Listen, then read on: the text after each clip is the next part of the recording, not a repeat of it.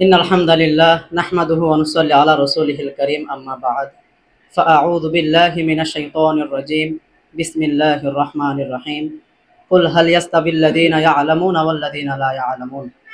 আলহামদুলিল্লাহ। প্রিয় সংগ্রামী সাথী ও বন্ধুগণ, এখানে উপস্থিত রয়েছেন ইসলামী ছাত্র আন্দোলন বাংলাদেশ হাটহাজারী সাংগঠনিক জেলার সম্মানিত দায়িত্বশীল বৃন্দ এবং উপস্থিত সামনে উপবিষ্ট এক ঝাঁক আমার কলিজার টুকরা, যারা আল্লাহর জমিনে আল্লাহ দিন প্রতিষ্ঠাকারী কর্মী বাহিনী। আমি আজকে আপনাদের সামনে যে বিষয় আলোচনা করব সেই বিষয়টা হচ্ছে ইসলামী আন্দোলন, অর্থাৎ আল্লাহর জমিনে আল্লাহ দিন প্রতিষ্ঠাকারী ব্যক্তি যারা হবে তাদের গুণাবলী কয়টি ও কি কি। ইসলামী আন্দোলনের দায়িত্বশীলদের গুণাবলী হলো 10টি। 1 নাম্বার, জ্ঞানের ক্ষেত্রে শ্রেষ্ঠত্ব অর্জন করা। 2 নাম্বার, পরিশুদ্ধ আত্মা ও উন্নত আমলের অধিকারী হওয়া। 3 নাম্বার, সাংগঠনিক দক্ষতা। 4 নাম্বার, নম্র ও সৎ ব্যবহার। 5 নাম্বার, সাহসিকতা। 6 নাম্বার, বাগ্মিতা বা দক্ষ বক্তা হওয়া।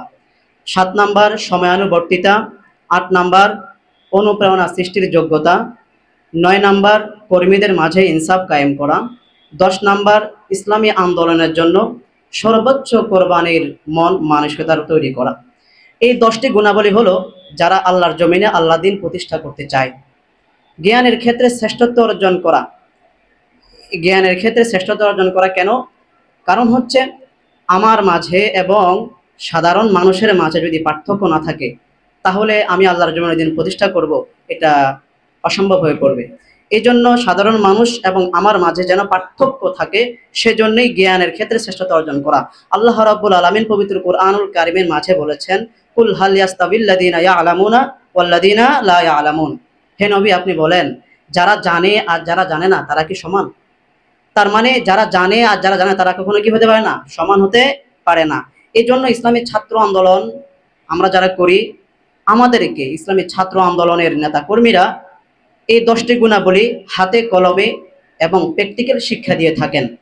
তাই আমাদের মাঝে নাই কোনো হিংসা, নাই কোনো চাঁদাবাজির কোনো ট্যাগ লাগানোর কোনো মতো কোনো কথা, নাই কোনো বিভেদ, নাই কোনো অন্যায় জুলুম অত্যাচার। দেখবেন বামপন্থী দলের যে সমস্ত রাজনীতিবিদ আছে তাদের মাঝে কিন্তু এই সমস্ত গুণাবলী নাই। না থাকার কারণে তাদের মাঝে দেশত্ববোধ জাগ্রত নাই, যার কারণে দেশের টাকা পাচার করে বিদেশে বেগম পাড়া তৈরি করে। দেশের প্রেম থাকলে দেশের টাকা বিদেশে কখনো পাচার করতো না। তাদের মাঝে নাই মানবতা। যদি মানবতা থাকতো তাহলে চাঁদা না দেওয়ার কারণে সোহাগকে পাথর নিক্ষেপ করে হত্যা করা হতো না। সাংবাদিককে সংবাদ প্রচারের কারণে সবার সামনে প্রকাশ্যে ছুরি দিয়ে জবাই করে তাকে হত্যা করা হতো না। তুহিন সাংবাদিককে হত্যা করা হতো না। যারা বামপন্থী দল রাজনীতি করে তাদের মাঝে এই গুণাবলী না থাকার কারণে তাদের মাঝে নিয়ম শৃঙ্খলা নাই। নিয়ম শৃঙ্খলা না থাকার কারণে তাদের কর্মীদের মাঝেই মারামারি, এবং বাংলাদেশে অনেক জায়গায় নিজেরা মারামারি করে অনেক কর্মী মারা গিয়েছে। একমাত্র ইসলামী আন্দোলন বাংলাদেশ সহ যারা ইসলামী দল করে ইসলাম কায়েম করতে চায় তারা ছাড়া বাকি বামপন্থী দল যারা আছে তাদের মাঝে এটা অনেক বড় একটা পার্থক্য। আমরা ইসলামী আন্দোলন বাংলাদেশের অঙ্গ সংগঠন ছাত্র আন্দোলন করি, আমাদের মাঝে এই সমস্ত কি খারাপি ট্যাগগুলো নাই। যার কারণে একটা কথা বলেছিলেন একজনে যে আওয়ামী লীগ পতন হয়েছে, কেন হয়েছে? তাদের মাঝে নিয়ম শৃঙ্খলা নেই, দুর্নীতি, চাঁদাবাজি, টেন্ডারবাজি, মানুষ হত্যা, গুম খুম, এই সব কিছু কাজ ছিল। ঠিক তেমনি বিএনপিকেও আমরা দেখেছি, তারাও বিগত সময়ে মানুষ হত্যা, গুম খুম, টেন্ডারবাজি, চাঁদাবাজি, দখলদারি করেছে। এই জন্য বিএনপিও একসময় নিষিদ্ধ হতে পারে। ঠিক না? পারে না? পারে। আওয়ামী লীগ নিষিদ্ধ হয়েছে, বিএনপি হতে পারে। যদি তাদের মাঝে এই সমস্ত গুণাবলী থাকে তাহলে নিষিদ্ধ হবে না। একমাত্র ইসলামিক দল যেগুলো, সেগুলো কখনো নিষিদ্ধ হবে না। কারণ ইসলামিক দলগুলো তারা নীতি আদর্শ ঠিক, তারা পথ চলে, প্রতিটা কদমে তারা পা বাড়ায় হিসাব করে। এই জন্য ইসলামিক দলগুলোকে কখনো নিষিদ্ধ হতে কেউ নিষিদ্ধ করবেও না, নিষিদ্ধ হওয়ার কোনো সম্ভাবনা নাই। এজন্য ইসলামী ছায়াতলে এসে ইসলাম কায়েমের জন্য আমরা চেষ্টা করব। ইসলাম যদি বাংলাদেশে কায়েম হয় তাহলে স্বাধীনতার যে কথা ছিল, সাম্য, মানবিক মর্যাদা, ন্যায় বিচার, এই সাম্য, মানবিক মর্যাদা, ন্যায় বিচার প্রতিষ্ঠা হবে। যারাই 54 বছর পর্যন্ত ক্ষমতায় ছিল তারা সাম্য, মানবিক মর্যাদা, ন্যায় বিচার প্রতিষ্ঠা করতে পারেনি। সাম্য মানে কি? সাম্য হলে সবাই সমান, কেউ থাকবে 5 তলায়, কেউ থাকবে 10 তলায়, কেউ চলবে রিক্সায় আর চড়বে কেউ গাড়িতে, এমনটা নয়, সবাই সমান। কিন্তু আমরা সেই সাম্য দেখতে পাই নাই। মানবিক মর্যাদা মানে কি?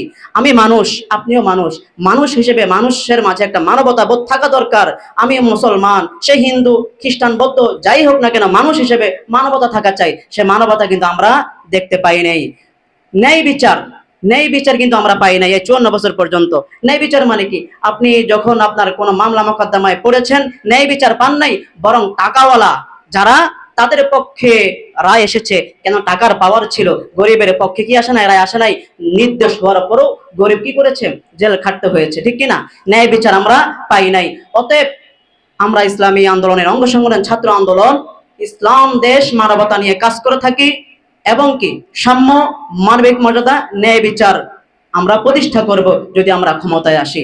এজন্য আপনাদের যারা এখানে আছেন নতুন, তাদেরকে আহ্বান করব আমাদের ছাত্র আন্দোলনের ছায়াতলে এসে আপনারা কাজ করুন এবং ইসলামী ছাত্র আন্দোলনের লক্ষ্য উদ্দেশ্য কি চাই, কেন চাই, কিভাবে চাই এবং ছাত্র সমাজের মাঝে কদমে কাজ করে থাকে। অন্যান্য সংগঠন না করে আমি ইসলামী ছাত্র আন্দোলন কেন করব, এই 5টা প্রশ্ন এবং প্রশ্নের উত্তরগুলো আপনারা একটু ভালোভাবে শিখবেন, জানবেন, তারপর ইসলামী ছাত্র আন্দোলনের ছায়াতলে আসবেন। এই কথা বলে আমার বক্তব্য শেষ করছি। আসসালামু আলাইকুম ওয়া রাহমাতুল্লাহি ওয়া বারাকাতুহু।